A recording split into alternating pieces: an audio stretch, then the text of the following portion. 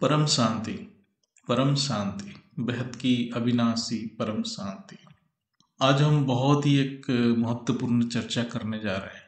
इसको बहुत गहराई से सुनिए, ये तीव्र पुरुषार्थ में बहुत मदद करेगा। आज का जो टॉपिक का चर्चा का टॉपिक जो रखे हैं वो है परमात्मा क्यों नहीं दिखते हैं। क्योंकि बेहद की हर आत्मा का लक्ष्य है आत्मा से परमात्मा बनना। सभी आत्माओं का यही लक्ष्य है। इसलिए आज हम इसको चर्चा कर रहे हैं और इसको कैसे प्राप्त किया जाए। हमारा यहाँ एक ही लक्ष्य है, परमात्मा प्राप्त, परमात्मा के स्वरूप को धारण करना। परमात्मा का अर्थ यहाँ पर बेहद की परमपिता ही है। तो बेहद की ज्ञान को प्राप्त करना आत्मा के लिए एक परम सौभाग्य है। और इस परम ज्ञान मार्ग में अंतिम लक्ष्य अर्थात बाप के रूप को धारण करने को ही धारणा मूर्त कहते हैं।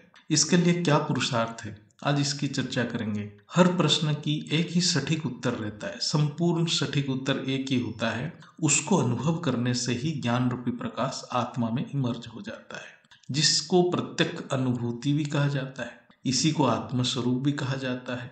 सभी आत्मा के लिए ये अलग अलग अनुभूति होता है।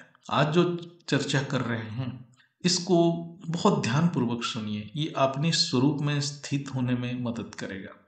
ये जो चर्चा है इसको संपूर्ण रूप से सुनने से बहुत मदद मिलेगा, क्योंकि केवल ज्ञान ही आत्मा का कल्याण कर सकता है। इसलिए जितना समझ रहेगा उतना बेहद की दृष्टि होगा, इतना विशाल दृष्टि होगा, और जितना विशाल दृष्टि होगा उतना एक्यूरेट बाप का रूप धारण होगा। आत्मा को खुद अपना मदद करना पड़ेगा, अर्थात अपने बुद्धि से समझना पड़ेगा। दूसरा कोई आपको समझा नहीं सकते। दूसरे आपको केवल कुछ शब्द के बोल दे सकते हैं। शब्द की अर्थ आप खुद बोध करेंगे, बोध से अनुभूति होगा, फिर आत्मा की प्रकाश की इमर्ज होगा। ये चर्चा को गहराई से समझें तो आप अपना स्थिति को समझ पाएंगे, अर्थात आप अपने आप को परख सकेंगे। बेहद की आत्मा के लिए ये बहुत इंपॉर्टेंट है कि खुद को परखना। जब कोई आत्मा खुद को परख लेता है तो उसको कोई धोखा नहीं दे सकता है। बेहद की आत्मा अर्थात अधिकारी आत्मा, अधीन नहीं। इसलिए बेहद की आत्मा की स्वमान सर्वश्रेष्ठ है। बेहद की ज्ञान पीएचडी की ज्ञान है, अर्थात ये ज्ञान में बहुत कम आत्मा ही टिक सकते हैं। ये असाधारण ज्ञान है और केवल आत्मा और परमात्मा की ही ज्ञान है।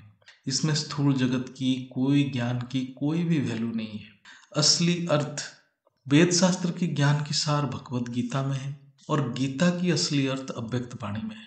दादाजी ने जो ज्ञान दिए हैं वो ऊंच से ऊंच ज्ञान है, अर्थात ये ज्ञान अव्यक्त वाणी से भी परे की ज्ञान है। इसलिए आत्मा को दादाजी के ज्ञान के साथ साथ अव्यक्त वाणी को भी गहराई से समझना जरूरी है। तभी आत्मा अनायास अपने स्वरूप को अनुभव करेगा और अंतिम लक्ष्य को प्राप्त करके बाप की प्रत्यक्षता की निमित्त बनेगा। तो अंतिम है बाप को ही प्रत्यक्ष करना। ज्ञान को जो प्रत्यक्ष हो जाएगा तो बाप भी प्रत्यक्ष हो जाएगा। इसलिए दादाजी के ज्ञान के साथ साथ माँ जी भी अव्यक्त वाणी को रोज सुनाते हैं, क्योंकि अव्यक्त वाणी ही अंतिम लक्ष्य को प्राप्त कराएगा। ये ज्ञान मार्ग है। इसलिए यहाँ हर बात की कारण को समझा जाता है। इसलिए ये पीएचडी की ज्ञान है। बेहद को बाप को जानना और मानना और बाप की एक्यूरेट स्वरूप धारण करने से ही ज्ञान की पूर्णता हो जाता है। सभी आत्मा पुरुषार्थ से कुछ परसेंटेज तक बाप का रूप धारण करते हैं, लेकिन 100% धारण करना है, 100% एक्यूरेट। ये बाप का रूप धारण करना ज्ञान के आधार पर ही है। बेहद की आत्माएं अनमोल है, इसलिए केवल कुछ ही आत्मा दादाजी से साकार मिलन कर सकते हैं, कर पाते हैं और कर रहे हैं। बेहद की ज्ञान में दादाजी जो हैं डायरेक्ट प्रत्यक्ष अनुभूति की ज्ञान है, इसलिए ये किसी किताब में नहीं मिलेगा। और माँ जी की वाणी केवल आत्मस्वरूप कैसे प्राप्त हो सके उसके ऊपर है। जब आत्मा अपना पावर से ज्ञान को इमर्ज करेगा तभी वो बेहद की ज्ञान को समझ पाएगा। इसलिए ये केवल आत्मस्वरूप की ज्ञान है। आत्मस्वरूप के बाद ही ये ज्ञान समझ में आएगा, और आत्मस्वरूप को भी परफेक्शन में लेना पड़ेगा। वो परफेक्शन में तभी आएगा जब बाप का एक्यूरेट रूप धारण होगा। आत्मस्वरूप भी उसका भी बहुत परसेंटेज में होता है। अव्यक्त वाणी केवल संस्कार परिवर्तन और आत्मा की अनुभूति की ज्ञान है। वेद शास्त्र और भगवत गीता भी इसी के ऊपर ही है, कैसे आत्मा को अनुभव किया जाए और सृष्टि की इस डायमेंशन यानी धरती से मुक्ति कैसे मिलेगा, इसकी पुरुषार्थ की चर्चा हुआ है। दादाजी प्रैक्टिकली गीता ज्ञान को साकार में प्रकट किए हैं और प्रत्यक्ष बेहद की सृष्टि की आदि मध्य और अंत को भी प्रकट किए हैं।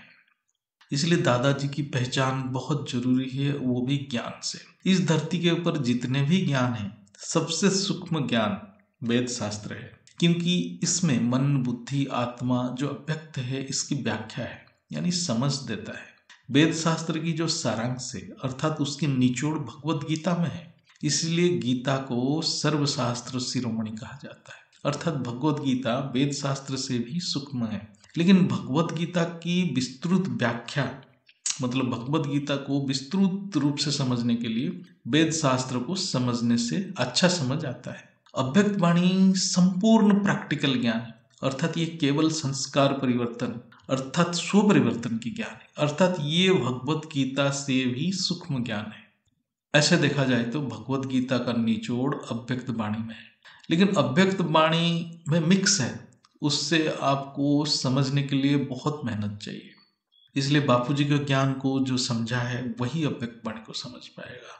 ज्ञान को संपूर्ण रूप से समझने के लिए आत्म स्वरूप की अनुभूति चाहिए, मतलब अव्यक्त वाणी को वही आत्मा समझ पाएगा जिसका संपूर्ण रूप से आत्म स्वरूप आ चुका है, नहीं तो अव्यक्त वाणी को आत्मा समझ नहीं पाएगा। बिना आत्मस्वरूप ये ज्ञान समझ ही नहीं आएगा। ज्ञान पूर्ण रूप से नहीं समझने से, जैसे ये अव्यक्त वाणी को पूर्ण रूप से नहीं समझने से माया के प्रभाव में आत्मा रहेगा और ज्ञान का गलत मतलब निकाल लेगा।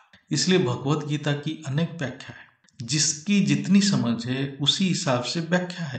तो बहुत राइटर हैं, बहुत लिखे हैं उसकी व्याख्या, तो वो आत्मा की जितना समझ है उतने हिसाब से लिखा है। ऐसे ही अव्यक्त वाणी की भी प्रभाव भी आत्मा के ऊपर समझ के हिसाब से होता है। तो इसीलिए बापूजी बोलते हैं, दादाजी बोलते हैं कि बेहद की ज्ञान ना लिखा गया है किताबों में, ये किताब में नहीं मिलेगा, स्थूल में नहीं मिलेगा, ये बोध अनुभूति की ज्ञान है, जिसकी जितना समझ है भगवान की स्वरूप भी वहीं तक है। ये सबसे ऊपर मतलब ये जो जितने भी ज्ञान हमने आज चर्चा की है, चाहे वेद शास्त्र हो, चाहे भगवत गीता हो या अव्यक्त वाणी हो, ये सबसे ऊपर बेहद की ज्ञान है जो दादाजी दिए हैं, जो कि ये जो ज्ञान है ये डायरेक्ट ऑलमाइटी ऑथोरिटी की ज्ञान है।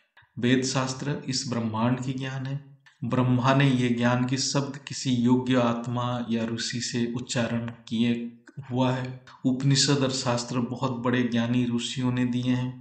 भगवत गीता श्री कृष्ण के द्वारा परम पिता ने ही दिए हैं, अर्थात भगवत गीता के लिए श्री कृष्ण ने निमित्त बने थे। अव्यक्त वाणी भी किसी मनुष्य शरीर को निमित्त बना के दिया गया था। इसको बहुत गौर से सुनिए। लेकिन बेहद की परम ज्ञान की विलक्षणता यह है, ये स्वयं बेहद की परम पिता ऑलमाइटी ऑथोरिटी साकार में खुद इस ज्ञान को धरती पे प्रत्यक्ष किए हैं। इस बात को जो समझ जाएगा वो बेहद की बाप की साकार रूप को ज्ञान से समझ जाएगा। इसलिए ज्ञान समझना बहुत जरूरी है। जैसे हम वेद शास्त्र की ज्ञान को विश्लेषण करेंगे तो इसमें कुछ हमें कमियां मिलेगा।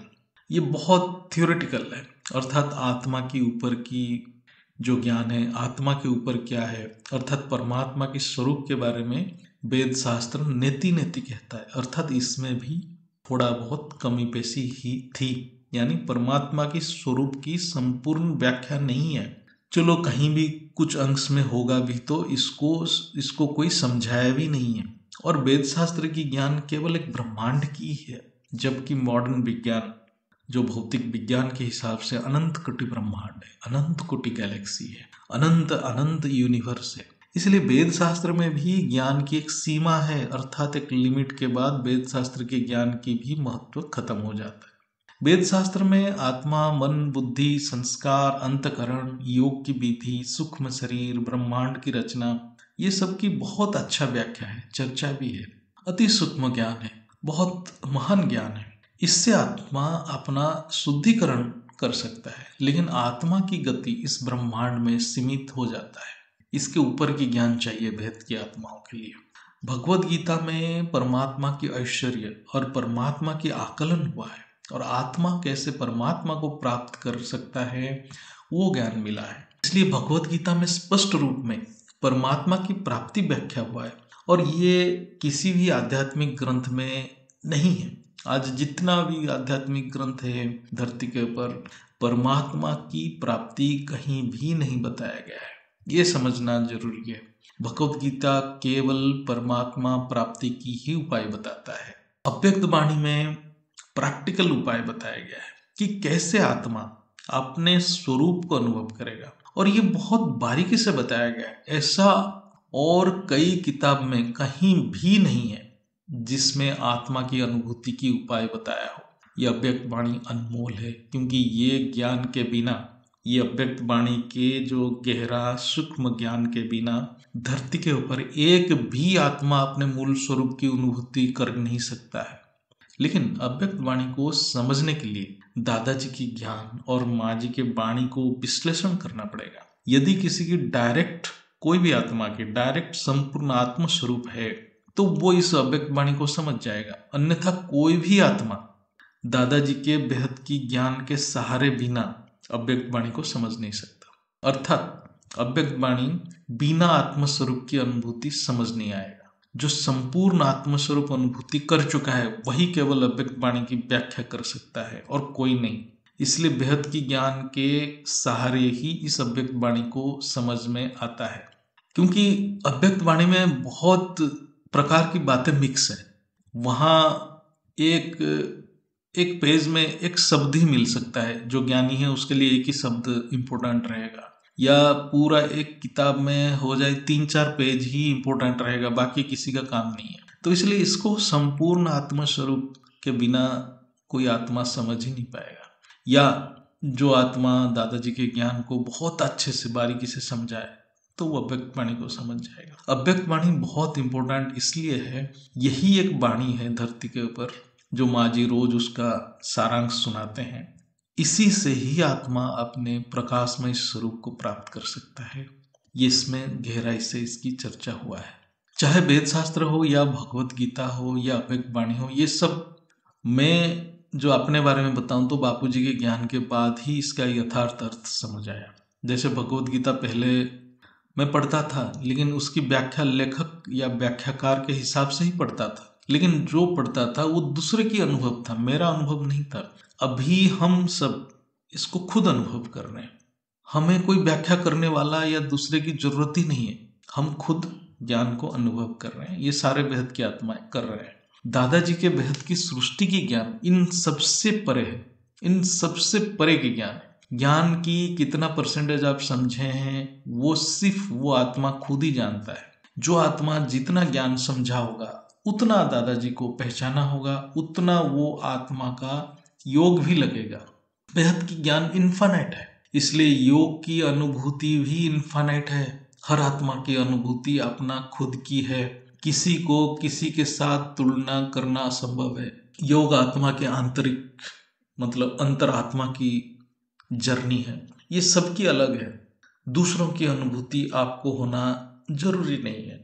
इसलिए आप अपना जर्नी पे फोकस करना है। मतलब सबको अपना अपना जर्नी पे ही फोकस करना चाहिए। जो अपनी स्थिति को ही समझ नहीं पाता वो पुरुषार्थ करने में पीछे रह जाएगा, यानी पुरुषार्थ करने में दिक्कत होगा। इसलिए अपने आप को खुद परखना सीखना है, जिसको हम आत्मनिरीक्षण कहते हैं। भौतिक विज्ञान अर्थात धरती के ऊपर जो आज हम मॉडर्न साइंस की बात कर रहे हैं, तो भौतिक विज्ञान के आरंभ जो उसका जो स्टार्टिंग हुआ था स्थूल भौतिक जगत की व्याख्या से हुआ था, और अभी धीरे धीरे सूक्ष्म ज्ञान जैसे क्वांटम मैकेनिक्स को समझ रहा है। अर्थात ऊर्जा की फ्लो क्या है, इलेक्ट्रोमैग्नेटिक वेव क्या है, इत्यादि को समझ रहे हैं। लेकिन विज्ञान की सीमा बहुत छोटा है, क्योंकि ये स्थूल में हर बात की प्रमाण देखना चाहता है। तो जो अति सूक्ष्म है उसका प्रमाण स्थूल में नहीं मिलेगा, पॉसिबल ही नहीं है। इसलिए विज्ञान एक बहुत छोटे दायरे में कार्य कर रहा है आज के समय में। लेकिन क्वांटम फिजिक्स की प्रोग्रेस के कारण ये आज बहुत सारे इंस्ट्रूमेंट यंत्र के निर्माण करके अंतरिक्ष की कुछ तथ्य को जान रहा है। लेकिन विज्ञान की अभी तक जो ज्ञान है वो तत्वों के अंदर है और अग्नि तत्वों पे ही सीमित है। उसके ऊपर के ज्ञान विज्ञान को पता ही नहीं है। ये साइंटिस्ट को भी समझना पड़ेगा, चाहे आइंस्टाइन हो, चाहे कोई भी फेमस साइंटिस्ट हो, सारे अग्नि तत्वों के नीचे के ज्ञान ही जानते हैं, उसके ऊपर के ज्ञान उनको पता ही नहीं है। इसीलिए वो लोग बोल रहे हैं ओनली 5% जो व्यक्त है उसको ही विज्ञान समझ पा रहा है। 95% जो डार्क एनर्जी, डार्क मैटर, जिसको उनको समझ नहीं आता है, उसको वो डार्क एनर्जी, डार्क मैटर कहता है। लेकिन आत्मा की ज्ञान तत्व से परे है। विज्ञान आध्यात्मिक जगत की कुछ सूक्ष्म संदर्भ को समझने में मदद कर सकता है, लेकिन विज्ञान से अनुभूति प्राप्त नहीं होगा, संस्कार परिवर्तन नहीं होगा, परम सत्य की पहचान नहीं होगा। जो पुरुषार्थी है, खोजी है, उसको कुछ परसेंटेज में निश्चय बुद्धि होने में मदद कर सकता है, लेकिन परम सत्य तक पहुंचा नहीं सकता है। ये तो आप लिख ही लो। भौतिक विज्ञान या मॉडर्न साइंस एक बहुत ही निचले आयाम की ज्ञान है और आध्यात्म उच्च आयाम की ज्ञान है। इसलिए हायर डायमेंशन को लोअर डायमेंशन के ज्ञान से समझा नहीं जा सकता है। अव्यक्त की ज्ञान से व्यक्त को समझा जा सकता है, लेकिन व्यक्त से अव्यक्त की परिकल्पना नहीं किया जा सकता है। जो पूर्ण ज्ञानी है वो मॉडर्न साइंस की सीमा को बहुत अच्छे तरह से समझता है, तो इसलिए वो विज्ञान को उसी दृष्टि में देखता है, उसको उतना ही महत्व देता है। जैसे आज भी आइंस्टाइन की स्थूल ब्रेन की सेल्स को प्रिजर्व करके रखा गया है, ये जानने के लिए कि आइंस्टाइन के पास इतना बुद्धि कहाँ से था, उन्होंने इतना विज्ञान के सिद्धांत को कैसे डिस्कवरी किए थे। लेकिन स्थूल सेल से ये पता ही नहीं किया जा सकता है, लेकिन आज भी उसको प्रिजर्व करके रखे हैं। जैसे कोई कहे कि जो गिटार है, गिटार में इतने अच्छे ध्वनि कैसे निकल रहा है, क्या गिटार को तोड़ के देखेंगे तो पता चलेगा कैसे ध्वनि निकल रहा है? नहीं, ये गिटार को कौन बजा रहा है, उसकी क्या खासियत है, वो देखना पड़ेगा। गिटार बजाने वाले में जो गुण है या जो एक्सपर्टाइज है वो कहाँ से आया, वो जानना पड़ेगा। ये अव्यक्त है, लेकिन गिटार जो यंत्र है वो व्यक्त है। इसलिए व्यक्त से अव्यक्त को समझा ही नहीं जा सकता है। अब हम कुछ आध्यात्मिक प्रश्न उत्तर करेंगे जो ज्ञानी और अज्ञानी दोनों के मन में आता ही रहता है। जैसे बहुत साधारण ये प्रश्न है, करते हैं कि भगवान परमपिता परमेश्वर जो दिखते ही नहीं है, जो कभी प्रकट ही नहीं होते हैं सामने आज के समय में, जो सब लोग महसूस करते हैं, इसलिए बहुत लोग आज नास्तिक हो चुके हैं। जब भगवान परमपिता परमेश्वर की क्या व्याख्या है, उनका क्या अस्तित्व का क्या पहचान है? तो इसका उत्तर है, जहाँ तक आत्मा की सोच है वहीं तक उसका भगवान है। जैसे भक्ति मार्ग में मूर्ति में भगवान है, किसी के लिए गुरु में भगवान है, किसी के लिए देव देवी में भगवान है, किसी के लिए केवल एक दीवार भी भगवान है, किसी के लिए सूरज भगवान है। वो आत्मा की आचरण यानी व्यवहार अपने सोच के हिसाब से ही होता है। इसलिए भगवान की व्याख्या अनंत है, जितने आत्मा उतने भगवान। लेकिन जो भगवान को ही भगवान जान लिया वो भेद की आत्मा है। आत्मा की बुद्धि भगवान की स्वरूप की निर्माण करता है। ज्ञान योग के अभ्यास से जब बुद्धि अत्यंत शुद्ध और सूक्ष्म हो जाता है, तब वो अनुभव करता है कि वो खुद ही परमात्मा है। ये केवल भेद की आत्माओं के लिए है। इसलिए ज्ञान में दादाजी कहते हैं, केवल महीन बुद्धि वाले परमपिता को पहचान सकते हैं। इसलिए परमपिता को पहचानना बहुत जरूरी है। पहचान अर्थात बुद्धि की पहुंच। परमपिता जो अचिंत्य है, अगम्य है, जो वेद शास्त्र नेति नेति कहता है, जहां तक बुद्धि जा नहीं सकता है, लेकिन बेहद की आत्मा की बुद्धि वहां तक जाता है। यही बेहद की आत्मा का भी पहचान है। बाप की पहचान ही बेहद की आत्मा की पहचान है। इसलिए जो बोलते हैं कि भगवान क्यों नहीं दिखते हैं, उनकी पहचान क्या है, तो उनके लिए एक ही उत्तर है, अपने बुद्धि को सूक्ष्म करो, अपने आप को पहचानो, तभी परमात्मा को भी दिखेगा और आपके जो भगवान के ऊपर जो भी संशय है सब खत्म हो जाएगा। अव्यक्त क्या है उसको कैसे समझें? बहुत साधारण तरीके से इसको समझते हैं। जैसे मेरे सामने कुछ दृश्य को मैं देख रहा हूँ, ये देख कौन रहा है, ये सोचें कि ये देख कौन रहा है। क्या आंख देख रहा है? यदि आंख देख रहा है तो आंख को कौन शक्ति दे रहा है? यदि हम कहें कि ब्रेन, क्या ब्रेन देख रहा है? क्या न्यूरॉन्स देख रहे हैं? न्यूरॉन्स को कौन शक्ति दे रहा है? यानी एक कोई मैं है जो देख रहा है, सुन रहा है, और ब्रेन, आंख, न्यूरॉन्स को शक्ति दे रहा है और एक व्यवस्थित रूप में कार्य कर रहा है, जैसे मैं कुछ अनुभव कर सकूं। देखना मतलब एक अनुभव, वो भी मैं ही कर रहा हूं। ये मैं को ही अव्यक्त कहा जाता है। यही मैं ही आत्मा है। ये मन, बुद्धि, संस्कार से अभिन्न है। मैं नहीं है तो मन नहीं है, बुद्धि नहीं है, संस्कार नहीं है। मैं ही हर चीज का सार है। यही मैं ही आत्मा है।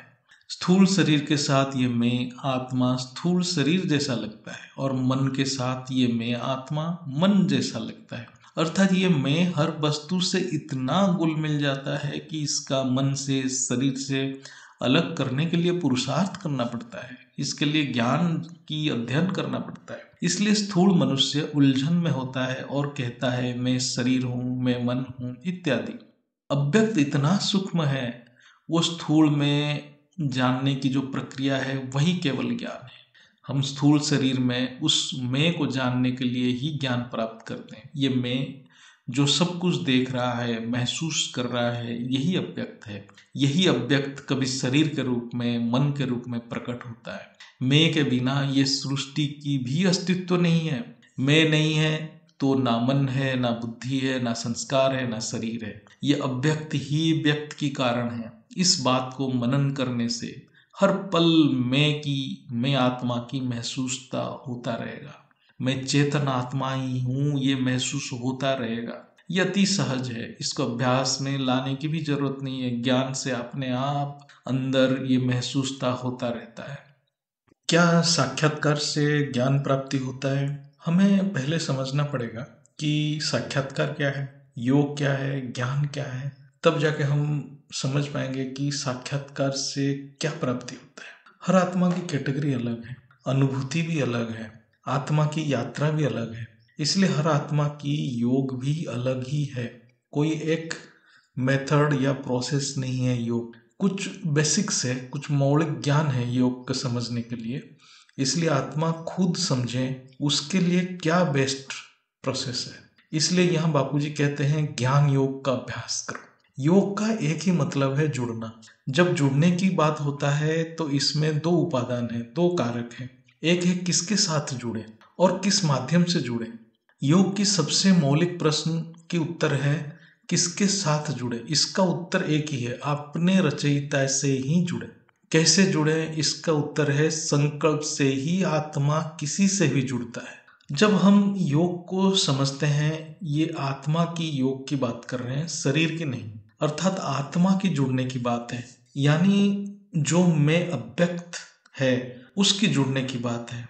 ये रचयिता से केवल, अर्थात रचयिता से रचना, परमात्मा से आत्मा केवल संकल्प के द्वारा जुड़ सकता है। इसके लिए ज्ञान चाहिए। जुड़ने के लिए परमात्मा से, हम किसी से भी जुड़ने के लिए ज्ञान चाहिए। यहाँ दो उपादान है। अर्थात पहले रचयिता को पहचानना होगा, दूसरा है संकल्प की ज्ञान भी पता होना चाहिए कि संकल्प के द्वारा हम दूसरे से कैसे जुड़ रहे हैं। पहले ज्ञान होना जरूरी है कि आपको किससे जुड़ना है। फिर ज्ञान होना है कि संकल्प क्या है, संकल्प कैसे काम कर रहा है। तभी मैं आत्मा जो अव्यक्त है, वो परमात्मा यानी रचयिता जो भी, वो भी अव्यक्त है, उससे जुड़ सकता है। यानी आत्मा योग स्थित तभी बन सकता है जब उसके पास ज्ञान हो। बिना ज्ञान योग हो ही नहीं सकता। कुछ आत्मा जो समझते हैं कि हम लाइट लाइट हो गए हैं, तो उनको खुद को प्रश्न करना चाहिए, किसका लाइट, कौन सा लाइट, क्या है वो लाइट। इसलिए ज्ञान मार्ग में आत्मा जब ज्ञान योग के अभ्यास करते हैं तो उसकी मूल स्मृति और स्वरूप इमर्ज होता है, और फिर आत्मा अपनी रचयिता से एकाकार हो जाता है। यही एक ही विधि है ज्ञान मार्ग में। साक्षात्कार का क्या अर्थ है, किसका साक्षात हुआ और कब हुआ, क्यों हुआ, ये सब समझना जरूरी है। ज्ञान मार्ग बहुत ही गहरा मार्ग है, जो बेहद की परम ज्ञान मार्ग में हर चीज का कारण जानना जरूरी है, और बेहद के आत्मा उसको जान लेते हैं। कुछ हो रहा है तो उसका एक निश्चित कारण है, साक्षात्कार स्थूल में भी होता है, सूक्ष्म में भी होता है। तो आध्यात्म में हम जनरली मानते हैं कि साक्षात्कार अर्थात सूक्ष्म अनुभूति, ये निद्रा में भी हो सकता है या योग अभ्यास में भी हो सकता है। अर्थात वो आत्मा कुछ दृश्य देख रहा है, चाहे सूक्ष्म रूप में चाहे स्थूल रूप में। इसको भी जब आत्मा ज्ञान में समझने लगेगा, विश्लेषण करके उसको समझेगा, तो वो ज्ञान मार्ग में भी आगे बढ़ने लगेगा। अर्थात वो जो दृश्य सूक्ष्म में देख रहा है, क्या यह परम सत्य है या कोई मन की अनुभूति है, क्या यह क्षणिक है, इसको विश्लेषण खुद आत्मा करे। यदि आत्मा इस साक्षात्कार से संतुष्ट है तो फिर ज्ञान एक सीमा में रुक जाएगा। अपने स्वरूप के अलावा कुछ भी दृश्य माया की प्रभाव जानो। अपना स्वरूप यानी बाप की स्वरूप, ये अंतिम स्थिति है, अंतिम लक्ष्य है। बापूजी के ज्ञान में ये सब अति विस्तृत रूप में चर्चा हुआ है। इसको समझने के लिए बहुत सारे वीडियो है, उसको देख सकते हैं। तो माया का प्रभाव में है या ज्ञान के प्रभाव में है, आत्मा खुद विश्लेषण, ज्ञान से विश्लेषण करके जानना चाहिए। ज्ञान केवल ज्ञान है, वो केवल अपने स्वरूप की स्मृति दिलाएगा और माया से मुक्त रखेगा। इसलिए योग में भी ज्ञान को प्रत्यक्षता होने से परम सत्य की अनुभूति होता है। यानी योग जो हम कर रहे हैं, योग में हमारा ज्ञान ही प्रत्यक्ष होता है, अपने स्वरूप ही ज्ञान है। अपने स्वरूप के अलावा और कुछ भी दृश्य है वो माया की प्रभाव है, जिसको हम साक्षात्कार कहते हैं या कुछ भी कहते हैं। साक्षात्कार आत्मा के लिए एक प्रेरणा बन सकता है, लेकिन साक्षात्कार आत्मा का लक्ष्य नहीं है। इसलिए साक्षात्कार खुद का करना है और किसी का नहीं, यही ज्ञान है। बहुत आत्मा प्रश्न करते हैं, परमात्मा दिखता क्यों नहीं है और कुछ करता भी क्यों नहीं? तो इसका एक ही आंसर है, बहुत ही सरल उत्तर है, तुम खुद ही परमात्मा हो और जो भी करने वाले तुम ही हो। इसलिए परमात्मा दिखते ही नहीं है। जैसे हम अपने आप को यानी अपने मुख को हम खुद नहीं देख सकते हैं, ऐसे परमात्मा भी नहीं दिखते हैं। जैसे अपने मुख को देखने के लिए दर्पण की जरूरत है, मतलब अपने सूरत को देखने के लिए दर्पण की जरूरत है, ऐसे ही परमात्मा को देखने के लिए अति सूक्ष्म महीन शुद्ध बुद्धि रूपी दर्पण चाहिए। ज्ञान और योग के अभ्यास से दर्पण साफ हो जाएगा तो परमात्मा दिखेगा। धूल में किसी भी चीज को साफ करने के लिए जल का प्रयोग किया जाता है, ऐसे ही बुद्धि को भी साफ करने के लिए ज्ञान जल को सींचना पड़ता है। कभी कभी गंदगी ज्यादा होता है तो अग्नि से जलाना भी पड़ता है, इसलिए योग तपस्या भी करना पड़ता है। यही योग की अग्नि विकार युक्त संस्कार को जला देता है। ऐसे करते करते धीरे धीरे दर्पण साफ हो जाता है। फिर पता चलता है कि मैं ही खुद परमात्मा का स्वरूप हूँ। यही मैं पहले भी परमात्मा था, अभी भी है, बाद में भी रहेगा। ज्ञान योग से अपना नित्य स्वरूप प्रकट होता है, तब अनित्य स्वरूप विलीन हो जाता है। यही है नष्ट महास्मृति लब्धा, मैं नित्य परमात्मा परमपिता की स्वरूप हूँ। ये संकल्प हर पल बुद्धि में रहना ही परमात्मा का स्वरूप है, परमात्मा का दर्शन है। यही संकल्प ही है, ये संकल्प का सार है बेहद की अविनाशी परम शांति। परम शांति ही परमात्मा का मूल स्थिति है और अविनाशी का एक ही अर्थ है, वह है मैं ही बेहद की बाप की स्वरूप हूँ, अंश हूँ। तो इससे जरूर समझ में आया होगा साक्षात्कार से क्या प्राप्ति होता है। मन और बुद्धि को कैसे समझें? आत्मा में मन और बुद्धि दोनों है और आत्मा से ये दोनों अभिन्न है और अति सूक्ष्म है। मैं कैसे जानूं कैसे मन कार्य कर रहा है या बुद्धि कार्य कर रहा है, इसको कैसे समझें? क्या हम अंतर्मुखी बन के मन से बुद्धि को अलग देख सकते हैं? इसका उत्तर मॉडर्न साइंस के पास है ही नहीं। यदि हम पूछें किसी बड़े साइंटिस्ट को कि आप जो डिस्कवरी कर रहे हैं या आपको लग रहा है कोई इन्वेंशन कर रहे हैं, तो ये जो आइडिया आपके मन में जो प्रेरणा या आइडिया आता है, क्या मन में आता है या बुद्धि में आता है, कहाँ से आया? और इस समय में, कोई भी समय में आता है तो उस समय में क्यों आया, ये कोई साइंटिस्ट बता ही नहीं सकता है। लेकिन ये जो साइंटिस्ट है, स्थूल विज्ञान के जितने भी साइंटिस्ट है, परमाणु बम बना लिए, वायरस बना रहे हैं, मतलब ये सब अपने आप को ध्वंस करने के लिए, पूरा धरती को ध्वंस करने की सारे सामग्री बना चुके हैं, लेकिन अपने मन बुद्धि को थोड़ा सा भी नहीं समझे। ये मॉडर्न साइंस की सबसे कमी है। मॉडर्न साइंस स्थूल में सृष्टि को समझने के लिए इतना विकृत बुद्धि में जा चुका है कि ये सृष्टि को ध्वंस करने की सारे प्रक्रिया, सारे सामग्री बना चुका है। और वो स्ट्रिंग थ्योरी जिसको मॉडर्न साइंस सृष्टि का रहस्य मान रहा है, आप सोचो कि उनका बुद्धि इतना स्थूल में गया कि सृष्टि के मूल को भी समझने के लिए उसको एक छोटा सा रस्सी मान लिया। मतलब विज्ञान कितना स्थूल बुद्धि में पड़ा हुआ है। हमारे वेद, शास्त्र, गीता ज्ञान, अव्यक्त वाणी में इसकी संपूर्ण व्याख्या है। मन, बुद्धि, सृष्टि, बेहद की सृष्टि तो बापूजी ने बताया। इसको संक्षिप्त में ही यहाँ चर्चा करेंगे। इसको थोड़ा सूक्ष्म बुद्धि से सुनेंगे तो आपको पूरा समझ आ जाएगा। मन और बुद्धि को आत्मा से कभी अलग ना समझे, नहीं तो कुछ भी समझ नहीं आएगा। आत्मा चेतन है, चेतन यानी ऊर्जा, उसकी गुण है बहना। चेतन ही सृष्टि में सब कुछ अनुभव होता है, अर्थात चेतन ही अनुभव करता है। यही अनुभव को ही ज्ञान रूपी प्रकाश कहा जाता है। बिना चेतन कोई ज्ञान अर्थात अनुभव होता ही नहीं। चेतन ही अनुभूति की सागर है, इसलिए आत्मा को ज्ञान स्वरूप कहा जाता है, यानी ज्योति स्वरूप अर्थात प्रकाशमय है। चेतन की दो गुण हैं, एक है प्रवाह अर्थात बहना, और दूसरा है प्रकाशमय स्वरूप, जिससे हम सब कुछ अनुभव करते हैं, जिसको हम ज्ञान कहते हैं। जैसे मृत शरीर में कोई अनुभव नहीं होता है क्योंकि चेतन शक्ति है ही नहीं, इसलिए चेतन आत्मा की दो गुण है, एक है प्रकाश, दूसरा है प्रवाह होना। एक उदाहरण लेते हैं। एक अंधेरे रूम में जैसे बल्ब जलता है तो रूम के अंदर क्या है पता चल जाता है। ये जो प्रकाश की झलक है, इसके सहारे से ही पता चलता है कि रूम के अंदर क्या क्या वस्तु है। यदि प्रकाश की मात्रा कम है तो अंधेरे रूम के अंदर सब कुछ नहीं दिखता है, कुछ ही वस्तु दिखता है, कुछ हमें दिखता भी नहीं है। अर्थात जितना प्रकाश है उतना वस्तु की अनुभूति होता है। रूम इतना प्रकाशित हो जाए, इतना प्रकाशित हो जाए कि रूम के अंदर सब कुछ दिख जाए, तो फिर और प्रकाश की जरूरत ही नहीं है। आत्मा की जो प्रकाश है यही बुद्धि है, जो ज्ञान को भी समझाता है। आत्मा की सबसे नजदीक बुद्धि ही है, जिससे ज्ञान की अनुभूति होता है।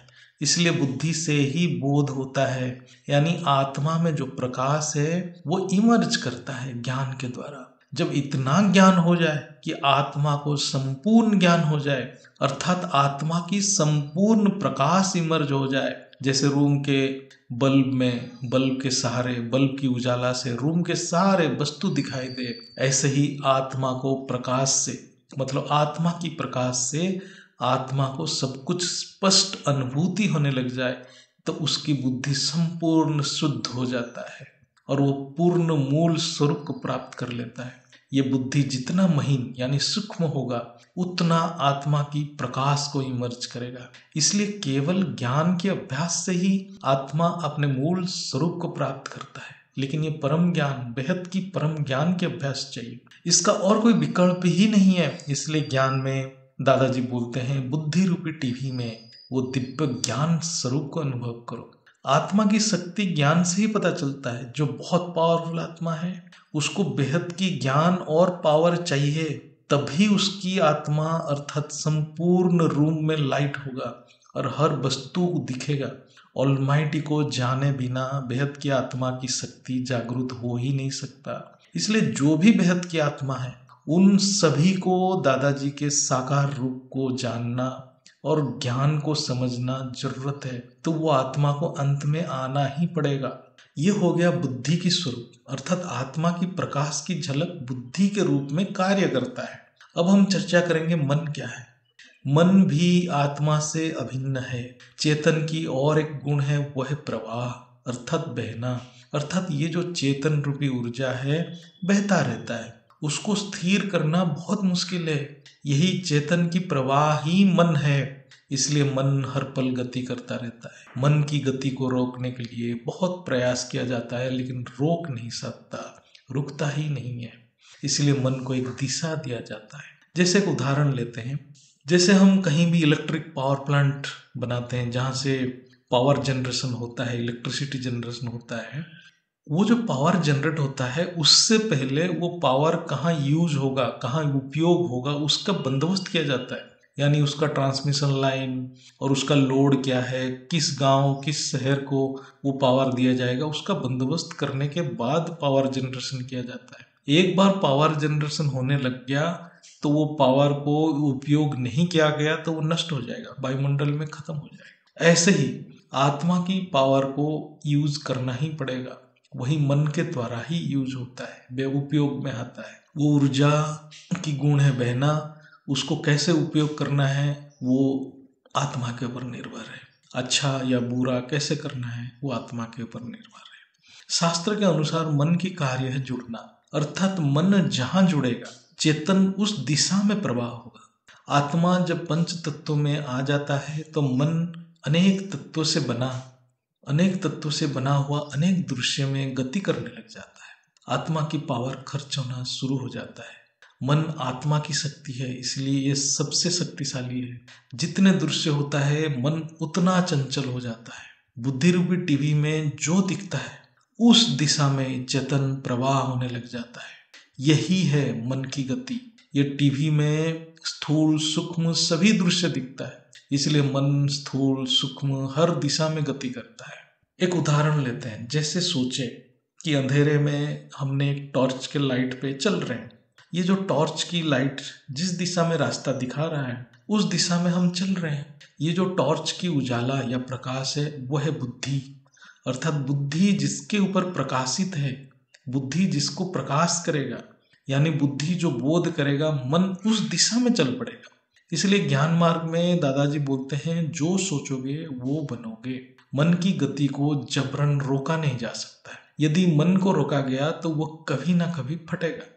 इसलिए स्थूल पवित्रता की कोई मतलब नहीं जब तक संपूर्ण रूप में संस्कार परिवर्तन नहीं हो जाता है। ज्ञान के बिना और साकार भाव से योग के बिना संस्कार परिवर्तन असंभव है। कोई कितना भी ज्ञानी हो, साकार मिलन बहुत महत्वपूर्ण है, उसके बिना योग असंभव है। इसलिए मन को एक दिशा दिया जाता है, जैसे कि चेतन की प्रवाह सकारात्मक कर्म में लगे जिससे आत्मा की कल्याण हो, अर्थात आत्मा की ऊर्जा की वृद्धि हो। सबसे बेस्ट इन्वेस्टमेंट है मन को परमपिता में लगाना है। इसलिए जो सबसे बुद्धिमान है वो मन को केवल परमपिता में ही लगाता है। इसलिए भगवत गीता में है, मन मना भव, अर्थात आत्मा के पास फ्री विल है, वो मन को कहाँ लगाएगा। फ्री विल अर्थात स्वतंत्रता। बिना ज्ञान स्वतंत्रता बहुत खतरनाक है, वो आत्मा को पतन करके अंधेरे में ले जाएगा। बुद्धि में ज्ञान नहीं है तो मन कौन से दिशा में गति करेगा पता नहीं। इसलिए गलती करने की कोई भी उम्र नहीं होता है, किसी से भी कोई भी गलती हो सकता है। यदि बुद्धि में ज्ञान नहीं है तो ज्ञान सर्वोपरि है, और ज्ञान जागृत रहना सर्वोपरि है, वही दिशा देता है। जब आत्मा की सर्जन होता है तब मन और बुद्धि में कोई अंतर नहीं रहता है, वो दोनों एक रूप में कार्य करते हैं। क्योंकि संपूर्ण परम प्रकाश में ना मन है ना बुद्धि है। लेकिन संकल्प करते करते जब आत्मा की ऊर्जा कम हो जाता है तो मन और बुद्धि की कार्य अलग होने लगते हैं। स्थूल में मन और बुद्धि की कार्य संपूर्ण अलग है, अर्थात स्थूल शरीर में, क्योंकि मन इंद्रियों की प्रभाव में रहता है, बुद्धि अंतकरण होता है, तो आत्मा की संस्पर्श में रहता है। यानी बुद्धि आत्मा की संस्पर्श में रहता है, मन से सूक्ष्म रहता है। स्थूल शरीर में आत्मा जब तक ज्ञान समझ नहीं रहा है वो बहुत द्वंद में रहता है, वो कंफ्यूज में रहता है, क्योंकि ना वो बुद्धि को समझ पाता है, ना मन को समझ पाता है, ना आत्मा को समझ पाता है। इसलिए आज जो हम यहाँ चर्चा कर रहे हैं ये आत्मा को बहुत सूक्ष्म समझ देगा। इसलिए ज्ञान रूपी प्रकाश से मन को परमात्मा की ओर मोड़ लेने से आत्मा परमात्मा की शक्ति को अनुभव करता है। लेकिन उससे पहले बुद्धि में आत्मा की ज्ञान होना चाहिए। शास्त्र में ज्ञान और बुद्धि को एक ही माना गया है, अर्थात ज्ञान भी प्रकाश है, बुद्धि भी प्रकाश है। यानी कभी कभी बुद्धि को ज्ञान कहा जाता है, ज्ञान को भी बुद्धि कहा जाता है। शास्त्र के अनुसार बुद्धि द्वारा बोध को ही आत्मा की दृष्टि कहा जाता है, यानी ज्ञान ही आत्मा का दृष्टि है।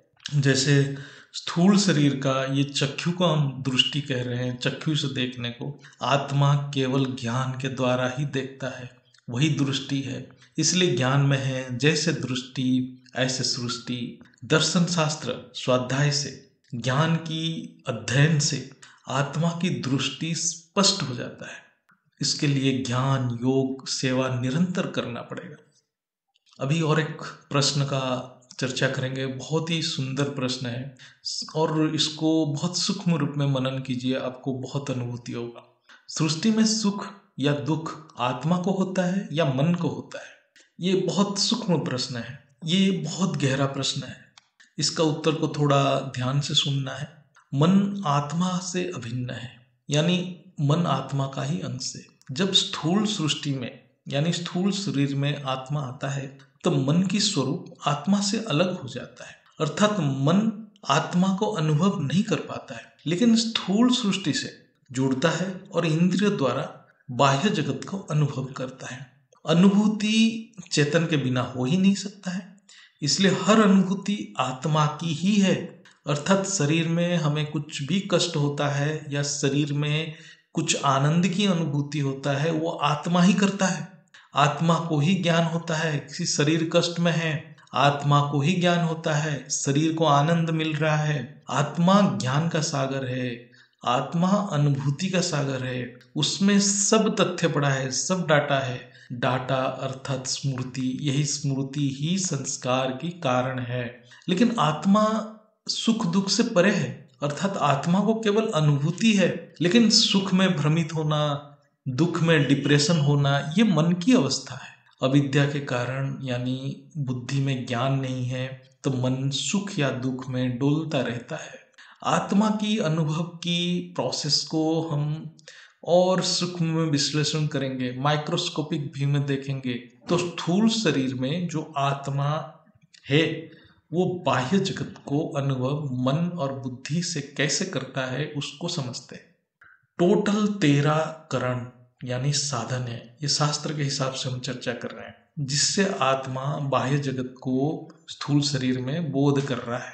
5 ज्ञानेंद्रिय, 5 कर्मेंद्रिय, ये 10 है बाह्यकरण साधन, और 3 अंतकरण यानी मन, बुद्धि और अहंकार।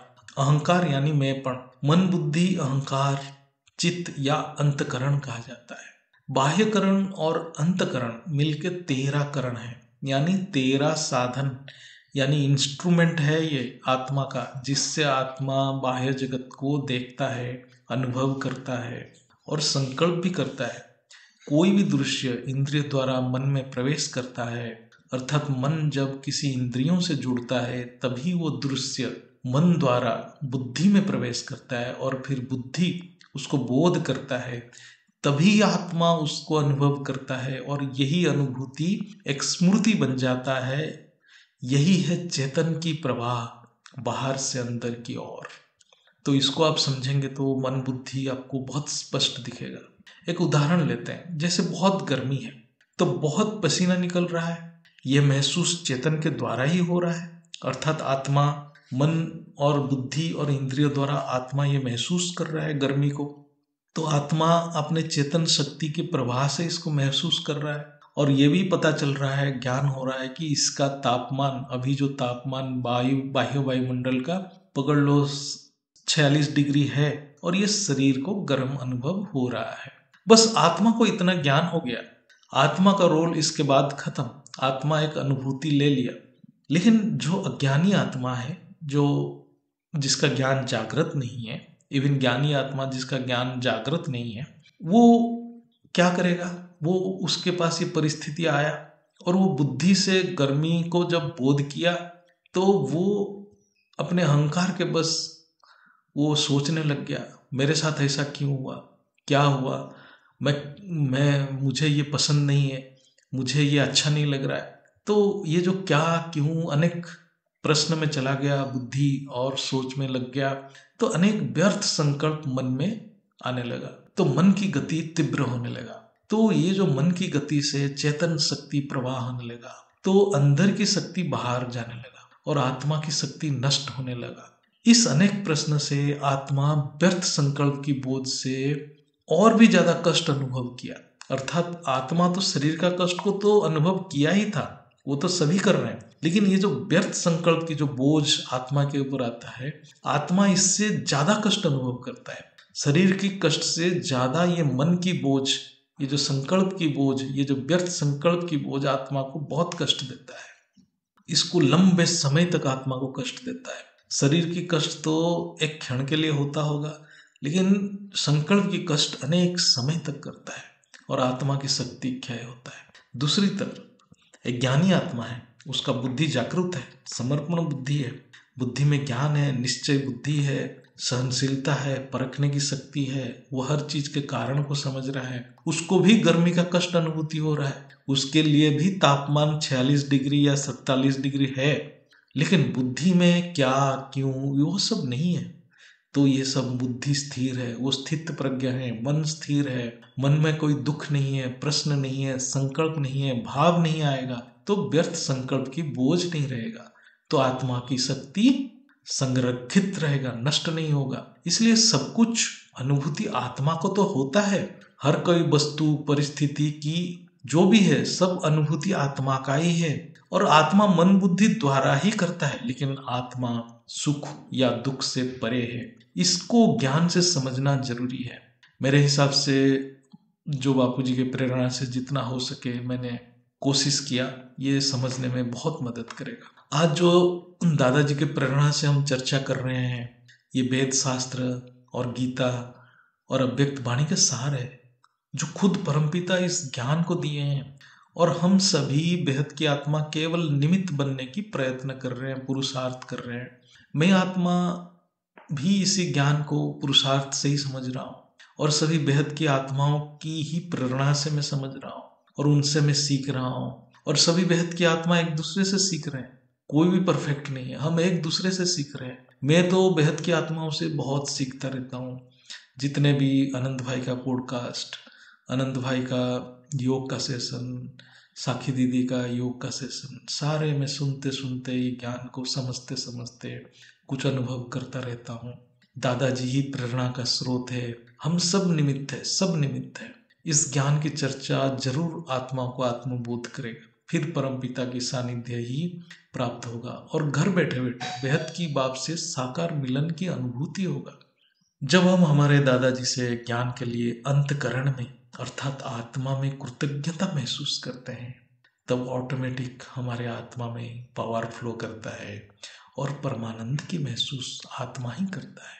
मैं आत्मा बेहद की परमपिता से नित्य संपूर्ण समर्पित होकर रहूं, ये मैं संकल्प करता हूँ, और सभी यही संकल्प करें। दादाजी से एक मिनट, एक सेकंड, एक क्षण अलग रहना कष्टदायी है, ये भी महसूस करना जरूरी है। वही बाप टीचर और सदगुरु के रूप में हमारे आत्मा के अंदर बैठे हुए, हर तरफ उन्हीं का स्वरूप है, बाहर भी है, अंदर भी है।